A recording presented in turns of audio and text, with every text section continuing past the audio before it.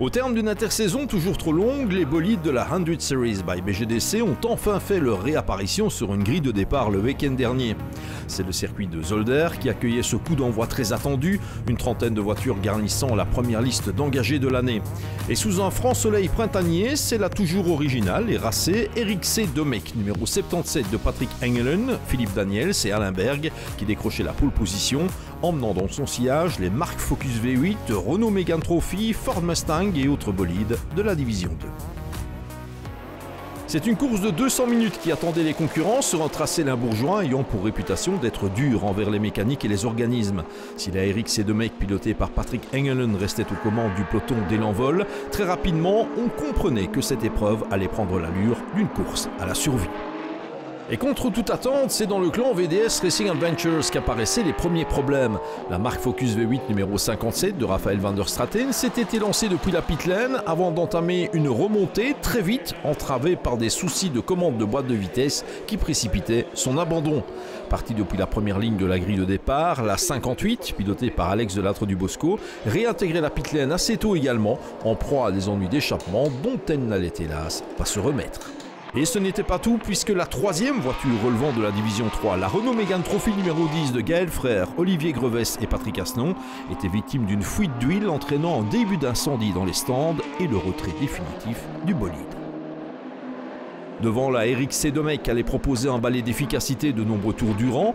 Pendant près de la moitié de l'épreuve, le petit proto tournait autour de la concurrence. Mais alors que Engelen, Daniels et Berg pouvaient penser à soulager en vue de la victoire, tout partait de travers avec une fuite d'huile et d'irrémédiables ennuis de moteur qui signifiaient l'arrêt, définitif lui aussi, du bolide, à revoir lors de la deuxième manche à Magny-Cours. Exit les principaux bolides des divisions 3 et 4, les concurrents de la division 2 pouvaient s'en donner à cœur joie, héritant du haut du classement et entamant une superbe lutte pour la victoire. Destinée à Laurent Tricoche, Philippe Ortulanus, Jérôme Heinen et Damien Dussoul, la Peugeot RCZ Cup numéro 288 allait pointer à un certain moment au sommet de la hiérarchie, avant qu'un souci de turbo ne la contraigne à sérieusement ralentir le rythme en vue de l'arrivée, de quoi la bouter du podium absolu et de celui de la classe F. Ce sont dès lors les Seat Leon qui allaient être les vedettes de la seconde partie de course. Ayant décalé sa stratégie d'arrêt, la version 2.0 turbo numéro 444 de Manfred Verbeek et Denis Metz finissait par faire le break. S'étant fendu d'une nouvelle et très belle décoration à l'aube de cette saison 2019, le bolide tournait comme une horloge pour s'offrir la victoire au classement général et en classe F de la D2 dans un style plutôt autoritaire qui en dit long pour la suite de la saison. Nous avons bien sûr pu profiter de la malchance qui a frappé nos adversaires, mais notre course a été intelligemment menée. La voiture était parfaite, le timing était bon, la stratégie a très bien fonctionné, pas un grain de sable, tout était nickel. Pour nous, c'était une très bonne course.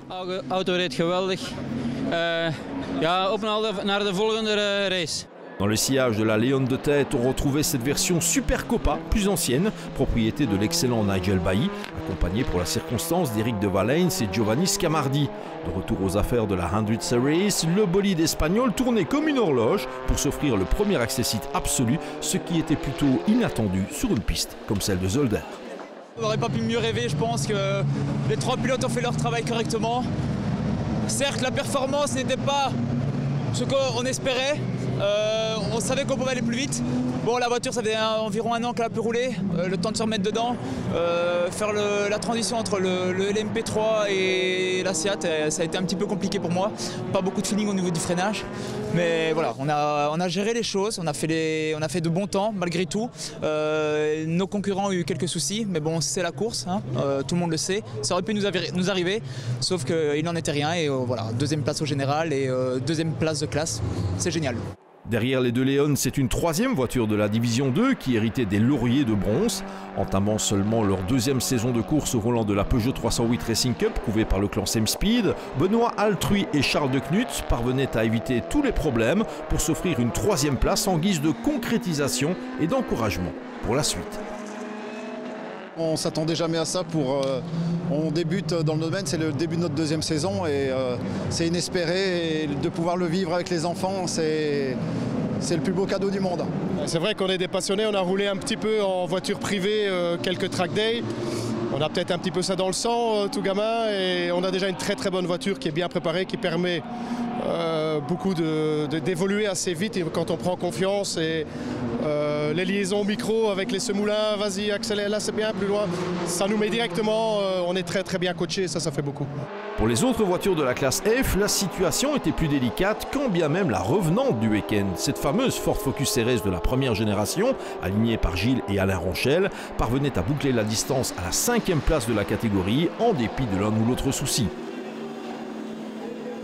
Deux bolides de la classe F manquaient à l'appel en fin de parcours, à commencer par la Honda Civic Type R des Britanniques Camber, Gannon et Simmons, qui n'a jamais réellement fonctionné durant le week-end, à revoir là aussi.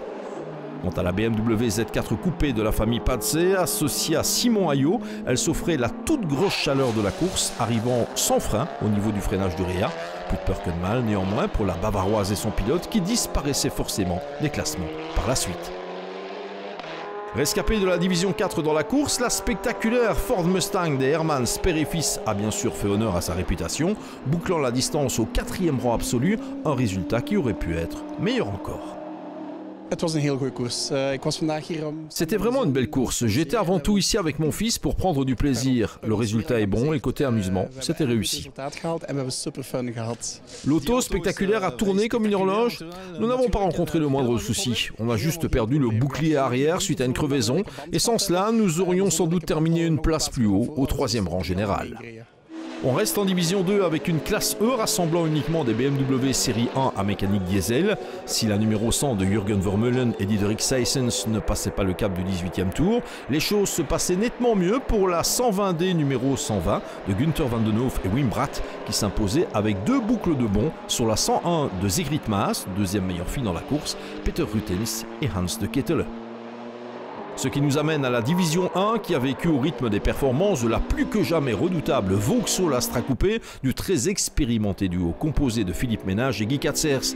À Zolder, l'immaculé bolide frappé du numéro 777 n'a rencontré aucun souci et ses concurrents directs n'avaient plus qu'à l'observer de loin. Il a tenu le rythme pendant les 200 minutes, malgré quelques petits soucis d'allumage qui nous ont intrigués déjà depuis hier dans les premiers essais, le rodage. Et aujourd'hui, ça s'est reproduit, mais pas suffisamment important que pour ralentir le rythme.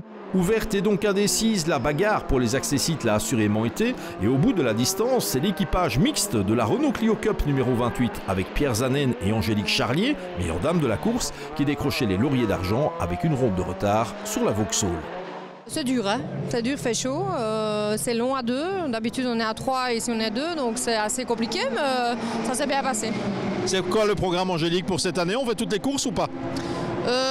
Oui, je pense que normalement c'est prévu, maintenant sauf vraiment un problème ou quelque chose, mais normalement on fera toutes les courses. Une troisième marque était représentée sur la plus petite marge du podium, fruit de l'excellente course de la Honda Civic numéro 6 de Patrick Van Biloen et Navrik Delahatte, qui a pu contourner les obstacles d'une endurance à Zolder pour entamer la saison par un rutilant top 3 en classe B. Je suis très heureux de la voiture, elle fait ce qu'elle doit faire et comme d'habitude on est resté roulé, on a trouvé le finish et on n'est peut-être pas les plus rapides mais on est constant et c'est ça qui marche pour l'instant pour nous, donc on continue comme ça. Pour son grand retour aux affaires de la 100 Series by BGDC, la Renault Clio Cup numéro 13 de Christian de Rieder, désormais accompagné de Michel Dupont et du français Cédric Maquignon, a longtemps été en mesure de revendiquer un top 3 avant de se retrouver à la 4e place. Pour d'autres Renault Clio Cup, le parcours fut plus compliqué, ce qui ne manquait pas de les renvoyer plus bas dans le classement, à l'image de la numéro 510 de Jérôme Verneyen, Éric Dutoit et Jacques Nagnaud, qui concédaient 10 tours au lauréat. Guerre de réussite non plus pour la numéro 37 d'Hervé Degé, Olivier Debrou et François Jequin, qui finissaient par souffrir au niveau du moteur. Ultime représentante de la classe B, la Honda Civic numéro 53 de Christian Franken et Vincent Liebrecht se retiraient avant même le cap de la mi-parcours, ayant très vite souffert du côté de la direction. La bagarre la plus haletante, c'est assurément dans la classe D de la division 1 qu'elle a eu lieu, opposant les deux meilleurs BMW 325i ex-Club Sport Trophy. Et c'est pour une seconde, après 200 minutes de course, que la 34 de Guido et Tom Werks décrochait les premiers lauriers de la saison. Il s'en est néanmoins fallu de peu pour que la numéro 70 de Jo Lamens, Gilles Pullings et Davy Koreman ne la surprennent dans les derniers instants, sans doute le résultat du temps perdu à l'un ou l'autre moment, notamment lors de cette figure improvisée.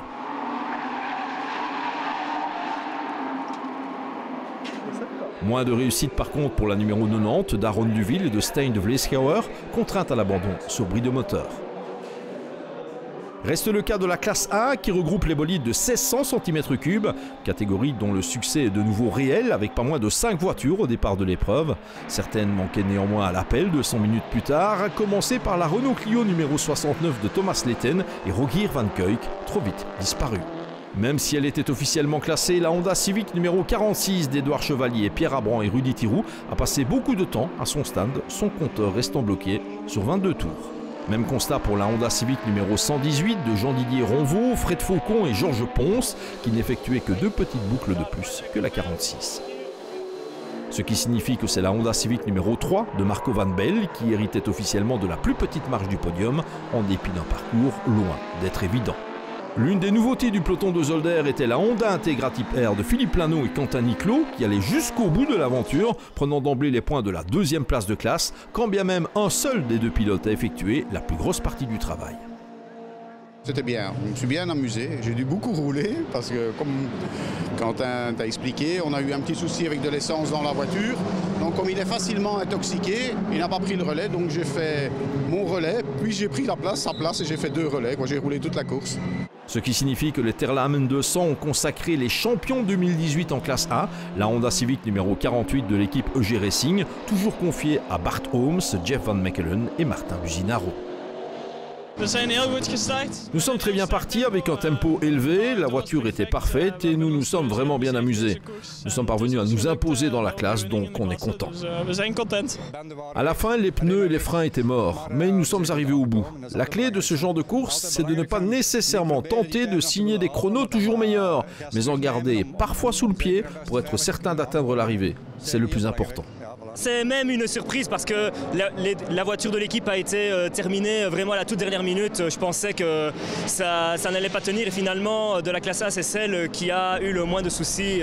Franchement vraiment top, bravo à toute l'équipe, bravo aussi à nos concurrents en classe A qui ont montré de très belles choses et vivement Manicourt, on espère avoir les 2 voitures de G Racing sur les 2 plus hautes marches du podium.